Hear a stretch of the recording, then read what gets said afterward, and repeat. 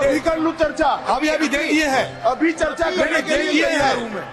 ये सारे हर बात में नेहरू जी को लेकर सदन में आते हैं और नेहरू जी के खिलाफ सारे गाली गलौज बरसाते हुए वो सोचते हैं कि आपने सारे बात और बहुत बोले हो, धैर्य रखना सुनने का आज जरा।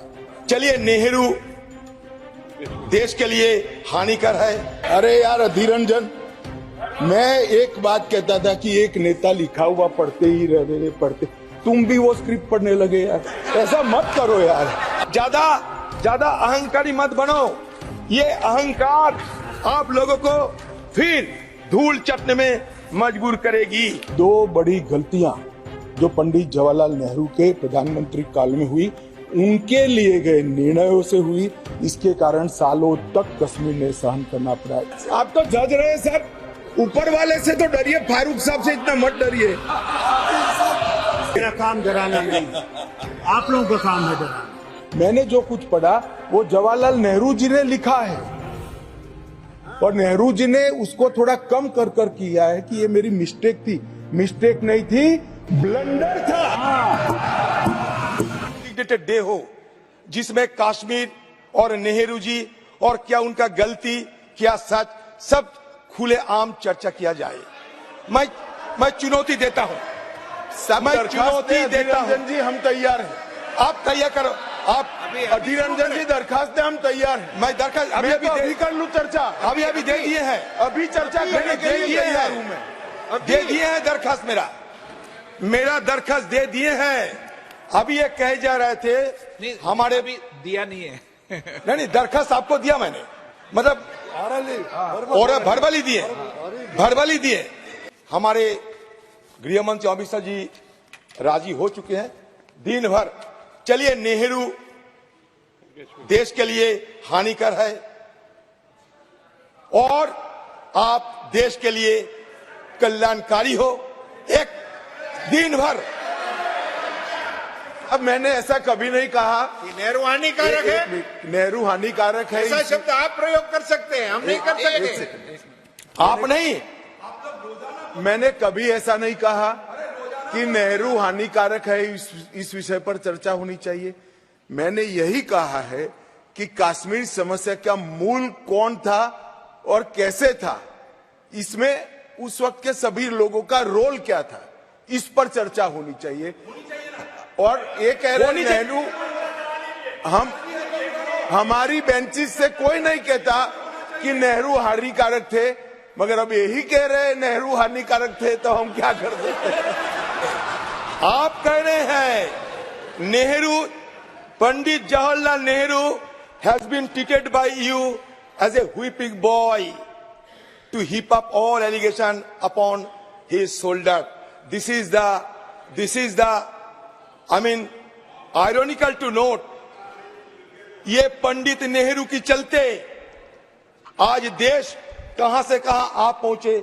आइए ना एक दिन सदन में चर्चा किया जाए। हम लोग ये नहीं कहते कि सब कुछ हम कर दिए हैं, लेकिन सुनिए, spare your words, your action will speak for it. आइए, ये सारे कानूनी बात तो हो चुके हैं, मैं दोहराना नहीं चाहते। मैं ये कहना चाहते हैं कि कश्मीर में आप दावा करते हैं, गर्व से कहते हैं कि हम ग्रामीण चुनाव किए हैं, अर्बन चुनाव किए हैं, ये किए हैं, वो किए हैं। अगर इतना चुनाव कर दिए हैं तो विधानसभा चुनाव करने में दिक्कत क्या थी? एक के बाद एक आपको कानून लाने की क्या जरूरत थी? आप चाहते हैं कि आप जम्मू कश्मीर विधानसभा में आपका जीत निश्चित हो, इसलिए सारे ये कार्रवाई चल रहे हैं। इसको कहते हैं कि इलेक्टोरल जेरिमेंडरिंग। ये करते हैं अब इसलिए कि जम्मू कश्मीर चुनाव में जीत हासिल गवर्नर थे, आप उनको नाकार तो नहीं सकते। इसके चलते बालाकोट भी हुए। अगर हम कोई सवाल पूछने का कोई दिलचस्पी हो तो अब तुरंत हमें एंटी नेशनल बना देते हो। लेकिन देखिए, जो जगजाहिर होते हैं उस बारे में तो चर्चा होगी, 1971 में इंदिरा गांधी जी की अगुवाई में हमारे जहांबाज फौजों ने पाकिस्तान को हराया था, बांग्लादेश को गठित करने में मदद की थी। 93,000 पाकिस्तानी फौजों को हिरासत में लिया था।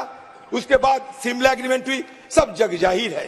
लेकिन बालाकोट के बारे में अगर कुछ पूछा जाए तुरंत हम एंटी नेशनल बन जाते हैं। अरे हमारा जहांबाज फौजों पे पूरा भरोसा है, और वो बालाकोट की चलते उस समय हमारे एयरक्राफ्ट, हमारे हेलीकॉप्टर, उसके साथ हमारे ऑफिसर, उनको भी शहादत लेने पड़ी। ये सब तो जग जाहिर है। तो सवाल अगर किया जाए, जानने की अगर कोई दिलचस्पी रहे तो गलत नहीं है। आप बताइए कि सत्यपाल मलिक ने जो कहे हैं वो गलत कहे हैं। Despite claims of reduce terrorist attack, information from the Ministry of Home Affairs reveals that between August 2019 and July 22, the region witnessed an average 3.26 terror attack casualties per month, compared to 2.8 fatalities per month in the nearly 5 years preceding the abrogation. Amit ji, मैं recent घटना बता रहा हूं आपको, एकदम recent. Rajouri encounter बताइए, Anantnag encounter हुआ या नहीं, Kulgam terror attack, Rajouri attack, पूंछ अटैक। हाँ, घाटी में जरूर कमियां आए हैं, लेकिन पीर पंजल की पार, चेनाब वैली, जम्मू रीजियन आप तक तो शांत थे। अभी हुआ कि इस तरह की घटना घट रही है। आपने तो वादा किया था टेररिस्ट खत्म हो जाएगी, विकास होते रहेंगे, लेकिन ये क्यों हो रहे हैं, ये सवाल पूछना कोई अन्य।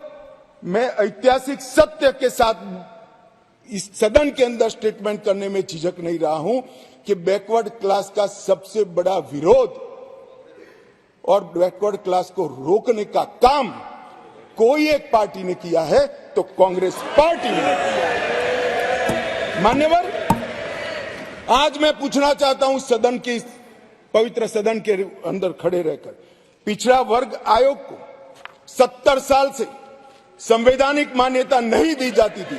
क्यों नहीं दी जाती थी? क्यों उनको सम्मान नहीं मिलता था, जबकि संविधान का मैंडेट था, मगर नहीं दिया गया। नरेंद्र मोदी जी ने इसको संवैधानिक मान्यता देने का।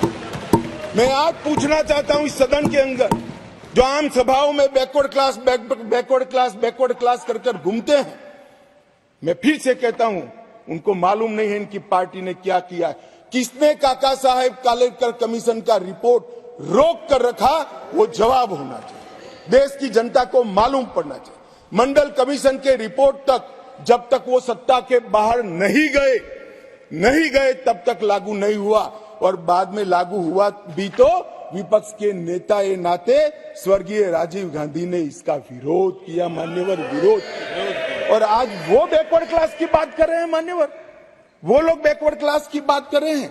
कभी भी सेंट्रल एडमिशन स्कीम के अंदर बैकवर्ड क्लास को रिजर्वेशन देने का काम कांग्रेस पार्टी ने कभी। रंजन, मैं एक बात कहता था कि एक नेता लिखा हुआ पढ़ते ही रहते पढ़ते, तुम भी वो स्क्रिप्ट पढ़ने लगे यार। ऐसा मत करो यार। अधीर रंजन जी, ऐसा मत करिए, आप माननीय विपक्ष के नेता है। आप भी तो कुछ पढ़ रहे हो। मैं जरा भी पढ़, अरे आपके बारे में नहीं बोल रहे वे, माननीय अधीर रंजन जी आपके बारे में नहीं बोल रहे। Please please.